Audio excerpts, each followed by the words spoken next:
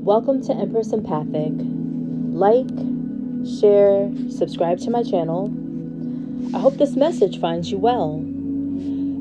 I'd like to address certain things that have been going on in the media with regard to SA and certain television networks, as well as entertainment entities, be it music or regarding syndicated television series. I've been saying this for quite some time. 2024 is going to be the year of exposure, and whoever's been doing things in the cut will be outed and will be put up in spiritual court to be reprimanded by the masses and by those who are in charge to make sure that justice is carried out for our victims. I'm addressing this because I myself have been a victim of SA, as well as grooming. But the reason why I want to talk today is to give grace, okay? There are a lot of people who have gone ham in the comments and been very negative towards certain people, not just like, let's say, my platform, for instance, but people who have come out and said that they have been in compromising situations and they identified their abuser, okay? Now, me personally, my abuser is dead at this point, so I'm not going to name any names, but I will say this: after this person passed away, I felt so much more freedom to be able to speak my truth to friends and family. But prior to that, I was, still that little girl, terrified of what might happen, okay? Now, some of these individuals who are coming out talking their truth, some of their perpetrators are behind bars.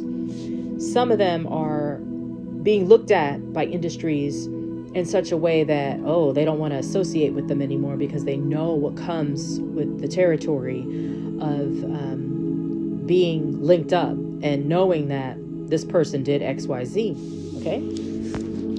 Now, all this leads up to my topic, Stockholm Syndrome, in the context of SA and hazing someone into an organization, right?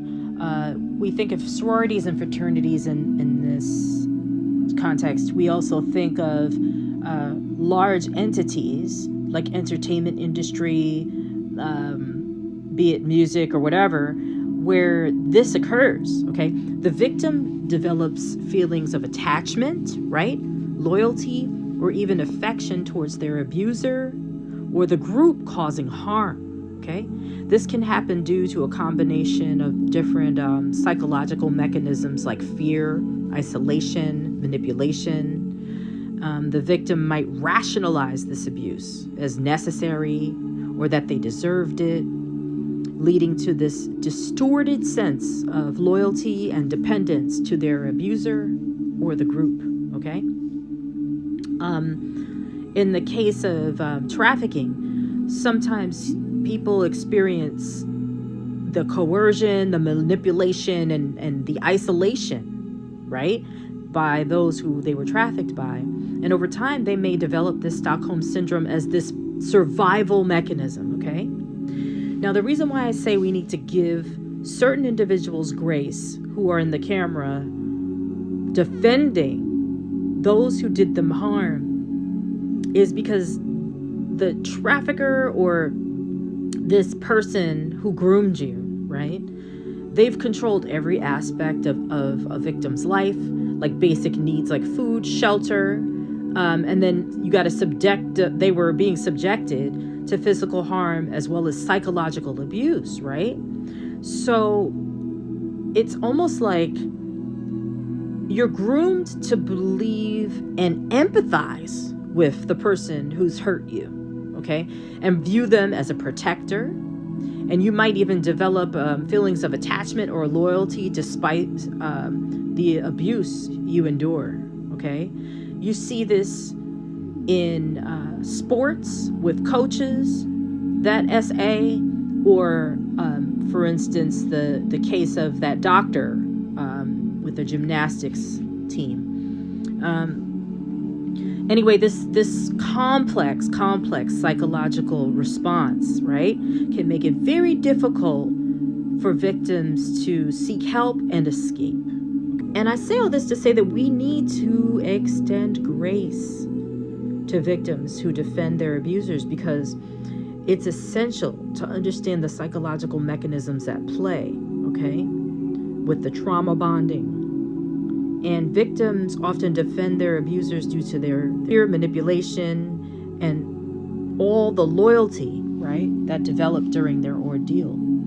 And the fact that it could be all taken away in the blink of an eye when that individual goes up against someone powerful, be it a parent, a corporate executive, or a coach, or a leader in the community that everybody believes to be an upstanding citizen, when in fact they are a demon, okay, with a succubus spirit attached to them.